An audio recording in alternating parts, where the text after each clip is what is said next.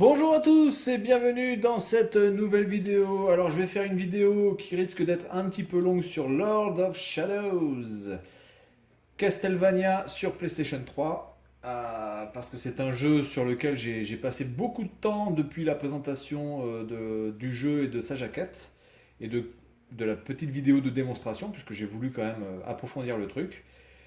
Donc du coup, ce que je vais faire, c'est que je vais vous montrer un petit peu les choses. Enfin, je vais pas vraiment vous montrer, mais je vais plutôt vous dire ce que j'en pense. J'ai fini le jeu en mode histoire classique. Hein, j'ai pas obtenu les 100% dans les trucs parce que ça m'intéresse pas vraiment pour l'instant.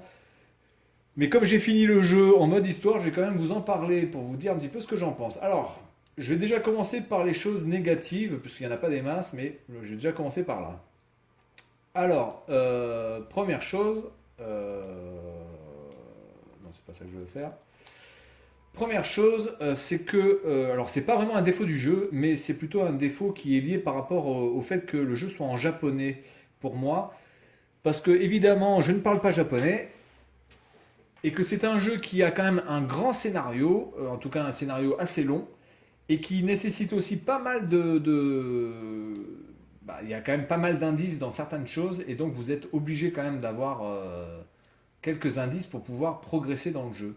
Et malheureusement, je ne parle pas japonais, et donc pour avoir les indices et progresser dans le jeu, ça a été des fois franchement une tannée. Hein. Je vous le cache pas. Voilà, donc on est parti.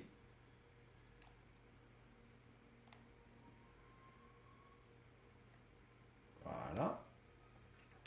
Donc ça a été la première, le premier point négatif, mais c'est pas lié au jeu, c'est lié au fait que je ne peux jouer que à la version, qu'à la version japonaise. Alors, si j'avais la version US, je pense que j'aurais pu m'en sortir un peu plus, mais du coup, c'est pas le cas. Donc voilà. Ensuite, deuxième point négatif, voilà où je veux en venir, c'est les sauts sur les petites plateformes comme ça. Parce que vous avez Monsieur Gabriel Belmont, qui est le nom de notre héros, qui est vraiment, des fois, sur les petites plateformes, enfin, c'est très difficile parce qu'en fait, il bouge très très vite sur les petites plateformes et il peut très très vite se casser la gueule. Voilà, donc ça c'est aussi un petit problème sur toutes ces petites phases de petites plateformes. Vous avez Gabriel Belmont qui, des fois, malheureusement, s'excite un petit peu trop. Ensuite, troisième chose, et c'est la même chose dans ce truc, c'est voilà, ces sortes de petites. Ah merde, je suis con. Moi. Cette sorte de petites choses comme ça, là, c'est. Comment ça s'appelle ça? Ça s'appelle des corniches. Il y a certaines corniches qui sont franchement très très très difficiles à voir. Voilà, c'est des fois les corniches sont super chaudes à voir. Elles sont pas forcément mises en évidence et des fois on tourne en rond. On tourne en rond. Oh papa papa, mais où tu vas, Gilbert? Ah, putain. Oh, putain, ça c'est un truc de fou. Donc voilà, les corniches, ça reste aussi un petit peu un problème. Voilà. Ensuite, voilà. Donc là, hop hop hop hop hop, où tu vas où? Et qu'est-ce que je fais là? Qu'est-ce que je fais? Je suis où? Et comment je peux être là? Là, je comprends pas en fait. Normalement, c'est pas normal d'être là. Hein. Voilà, donc là, il faut que j'attende que ça remonte. Voilà. Hop. Et voilà, donc là, je suis peut-être en mode un peu plus difficile parce que je vois que j'ai un timer, chose que je n'avais pas avant. Voilà, donc les parties de plateforme comme ça, des fois, sont un petit peu chiantes. Hein, je vous le cache pas. Ensuite, autre chose qui peut être un petit peu gonflant, oui, alors, qui n'est pas vraiment gonflant, mais qui est plutôt mal fait, c'est les morts de Gabriel Belmont. En fait, quand il crève, c'est franchement pas terrible. Hein, comment il crève. Il y a vraiment des fois, c'est presque, on se demande même si c'est pas un bug. Quoi, hein. C'est vraiment ridicule de la manière dont il crève. Voilà, hop. Quoi d'autre? Bah, écoutez, pour l'instant, je pense que c'est tout. Hein, au niveau vraiment des points négatifs que je peux trouver à ce jeu. Si, il y a aussi la partie un petit peu scénario. Je trouve que bizarrement, je comprends pas trop où veut nous amener où veulent nous amener les créateurs du jeu. J'ai un petit peu de mal avec ça. Ouais, alors du coup là, ah oui, voilà. Hop, hop, et voilà. Ensuite, voilà. Donc je trouve que par rapport au scénario, des fois, on comprend pas vraiment où veut nous amener le jeu. On a un petit peu de mal à savoir. On commence dans un village qui ressemble assez proche, qui est assez proche Oh putain, mais ça c'est un truc de fou quoi. Ça c'est un truc de barbare ça. Mais tu vas. Bon, allez, je vais sortir de ce truc parce que là, ce monde-là, c'est vraiment pas le meilleur en plus. En tout cas, c'est le monde qui m'a le plus gonflé, c'est clair. Ensuite, voilà, donc le scénario, on a un petit peu de mal à savoir vraiment où c'est qu'ils veulent nous emmener, quoi. On est dans un village où ça, on est un petit peu dans l'esprit Castlevania, et puis après, on se retrouve dans un monde qui ressemble un petit peu au truc des Mayas, des Aztèques, et puis après, on est dans un monde où il y a de l'électricité avec des scorpions électriques ou mécaniques, enfin voilà, bon, ça. Il y a vraiment du mal à piger vraiment où veut nous emmener ce jeu. Des fois, c'est un petit peu bizarre pour moi. Voilà, donc, mais ça ne change rien sur la qualité du jeu en lui-même, hein. C'est juste que pour moi, le scénario est vraiment chelou. Je pige pas vraiment ce qu'ils veulent nous montrer en fait, hein. J'ai pas vraiment compris.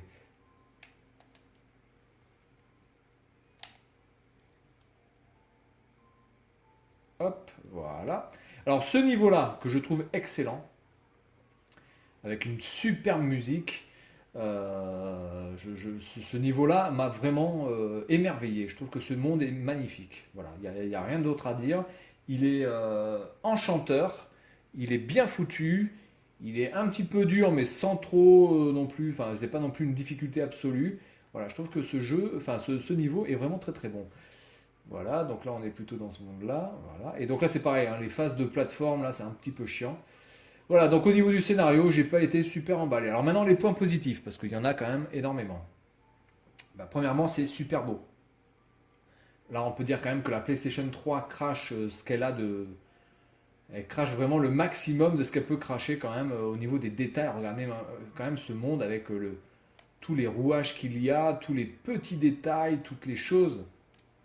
Vraiment, c'est magnifique. Voilà, hop. Alors, ah oui, merde, j'ai fait le con, j'aurais dû les intervertir en fait. Eh oui, j'aurais dû les intervertir. Ma faute. Voilà, donc je reviens. Donc c'est super beau. Ensuite, au niveau du gameplay, bah, écoutez, il se manie super bien, sauf quelques phases de plateforme qui peuvent casser les couilles. Mais globalement, votre personnage se manie au doigt et à l'œil, hein. Il est vraiment. Il est docile, comme on pourrait dire. Voilà, il est vraiment. Il n'y a aucun problème. Oh putain, attendez. Hop, hop, hop, hop. Oh putain, j'ai failli faire le con là, quelque chose de concret. Voilà, donc après, on va. C'est pas celui-là, c'est là. Bon, c'est pas là que je suis passé. Quoi? Ah merde, je me suis trompé de truc. Oh, mais quel con. Quel abruti. Bon, c'est pas grave. Voilà, après l'OST, alors l'OST est excellente aussi, même si je crois que l'OST n'est pas 100% original, mais dans l'ensemble, toutes les musiques vont très très bien avec le type d'action auquel on doit faire face. Donc c'est vraiment vraiment vraiment nickel chrome, il n'y a rien d'autre à dire sur l'OST, elle est très très bonne. Totalement adaptée. Je pense que c'est là plutôt que je dois passer, hein. Alors du coup cette musique peut être un petit peu casse-couille quand vous recommencez le niveau. Ah mais non, mais je reviens exactement au même niveau. Mais je suis débile profond. C'est pas possible d'être débile comme ça.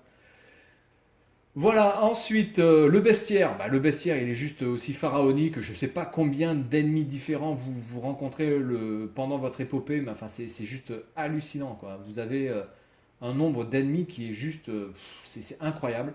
Des zombies, des gargouilles, des, des loups-garous, enfin, c'est juste incroyable. Il y a un nombre d'ennemis qui est absolument pharaonique. Ensuite, on a les boss. Alors les boss, c'est de l'épique, hein, les boss. Hein. Je peux vous dire qu'il y a certains boss, vous allez mais bien galérer comme il faut pour pouvoir les buter. C'est assez clair.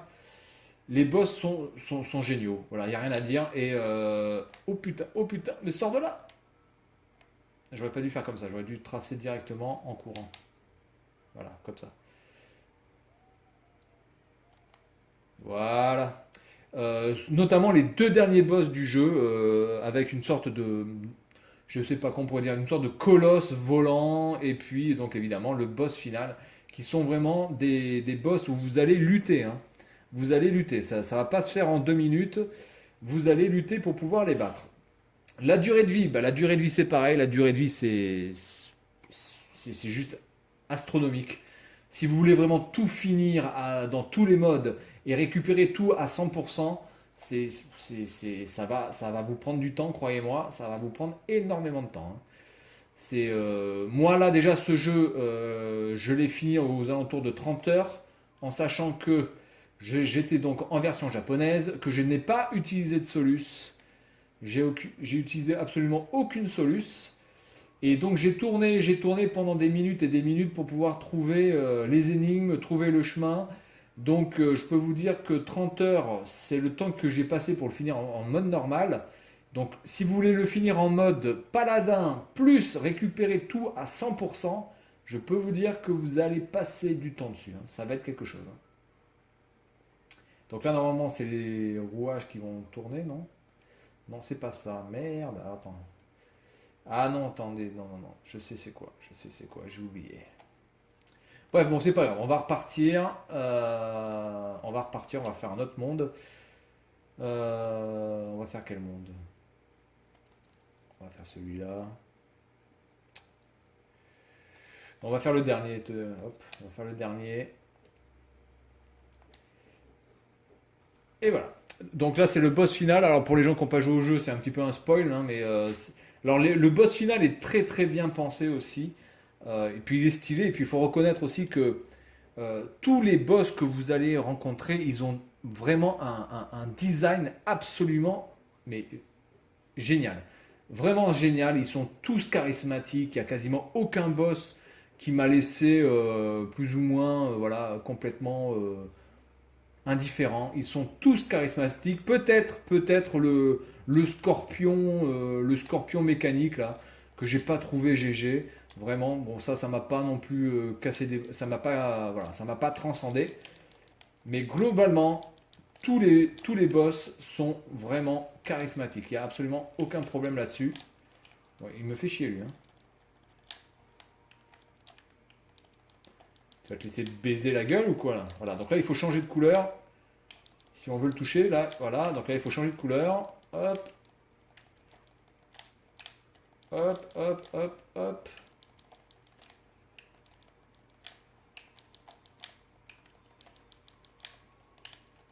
Attends, mais il est en bleu ou il est en rouge? J'arrive pas à le voir. Là, il s'est mis en bleu. Et puis regardez aussi au niveau du design quand même, la qualité vraiment exceptionnelle.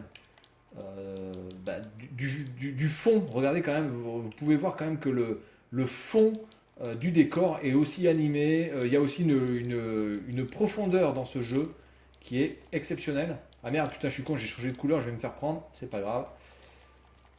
C'est pas grave. J'ai pas perdu trop de vie. Hop.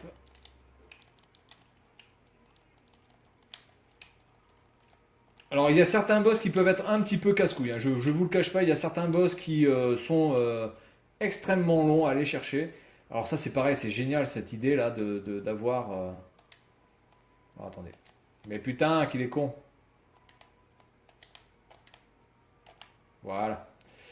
Il y a certains boss, c'est vraiment abusé. Hein. C'est-à-dire que le boss, il crève jamais, il faut le faire 10 fois, 20 fois. Enfin, c'est un petit peu abusé. Bon, hormis ça, qui peut être un petit peu saoulant, globalement, tous les boss sont réussis. C'est un vrai jeu avec des boss. Voilà, ça c'est clair et net. Et c'est aussi un vrai jeu qui a des énigmes dignes de ce nom. Alors, il y a des énigmes qui cassent pas des briques et il faut pas être Einstein pour pouvoir trouver la solution. Mais il y a certaines énigmes, vous allez creuser, hein. Notamment, il y a une énigme avec le soleil et la lune, là où il faut bouger trois cadrans, qui m'a pris quand même pas mal de temps. Voilà, donc, mais globalement, les énigmes, si vous vous posez un minimum et que vous regardez bien les informations que vous récoltez, vous n'allez pas avoir beaucoup de problèmes à trouver le. Bon, on va pas y passer le réveillon. Vous n'allez pas avoir beaucoup de problèmes à trouver la solution. Il faut juste être patient par rapport à ça, mais globalement, vous allez trouver. Là, je trouve que ce boss aussi, il est fantastique, hein, il est vraiment magnifique. Hop, hop là. Oh putain, là, il m'a défoncé la boîte à caca.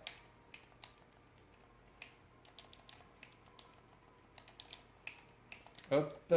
Alors là, il y a les boules de feu. Alors, ce qui est aussi bien dans ce jeu, c'est qu'il n'y a quasiment aucun ralentissement. En tout cas, moi, j'ai jamais souffert d'un ralentissement dans ce jeu. Je me suis jamais dit, putain, mais ça lag à fond. C'est fluide, ça bouge, c'est complètement épique, hein. Ce jeu, c'est voilà, c'est épique. Il n'y a rien d'autre à dire. C'est vraiment une aventure. Si vous avez la PlayStation 3 et que vous n'avez pas ce jeu, c'est juste une honte, hein. Voilà, vous devez avoir ce jeu. Même si vous n'aimez pas les jeux de plateforme ou les jeux de, on va dire, de combat, etc. Vous devez l'avoir parce que c'est vraiment une aventure à part entière. Oh putain, attends, là il est en bleu ce con. Hop.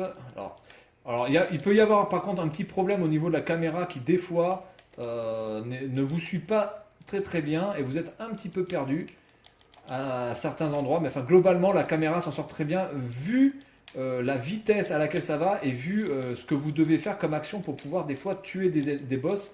Je peux vous dire que la caméra s'en sort plutôt bien. Alors quand j'ai eu ce jeu, j'avais quand même pas mal d'appréhension, notamment sur le fait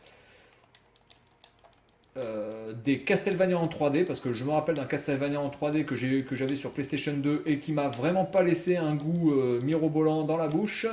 On peut pas dire que ça a été une très très grande réussite à ce niveau-là. Je vais pas dire que c'était une déception, mais globalement c'était quand même assez moyen, hein. Alors celui-là, il est super chaud à passer là.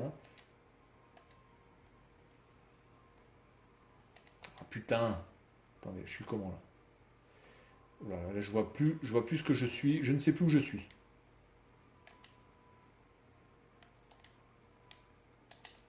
Ah putain.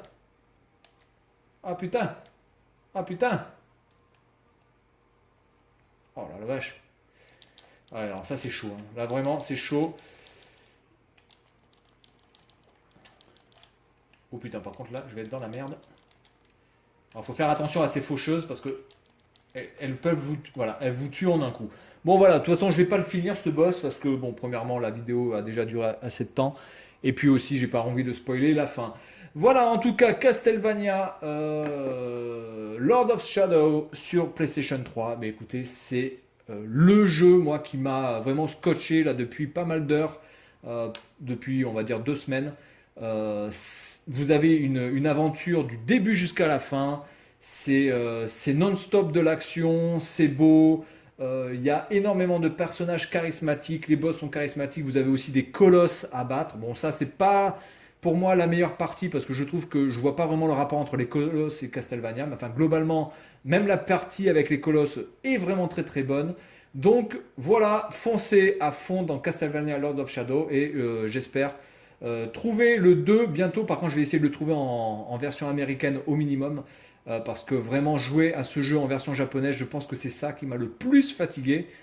Beaucoup plus même que le jeu lui-même en fait. Parce que vous avez vraiment besoin des indices et vous avez vraiment besoin des indications que l'on vous donne pour pouvoir progresser de manière fluide dans le jeu. Voilà, donc c'est tout pour cette vidéo. Puis moi je vous dis à la prochaine. Salut à tous!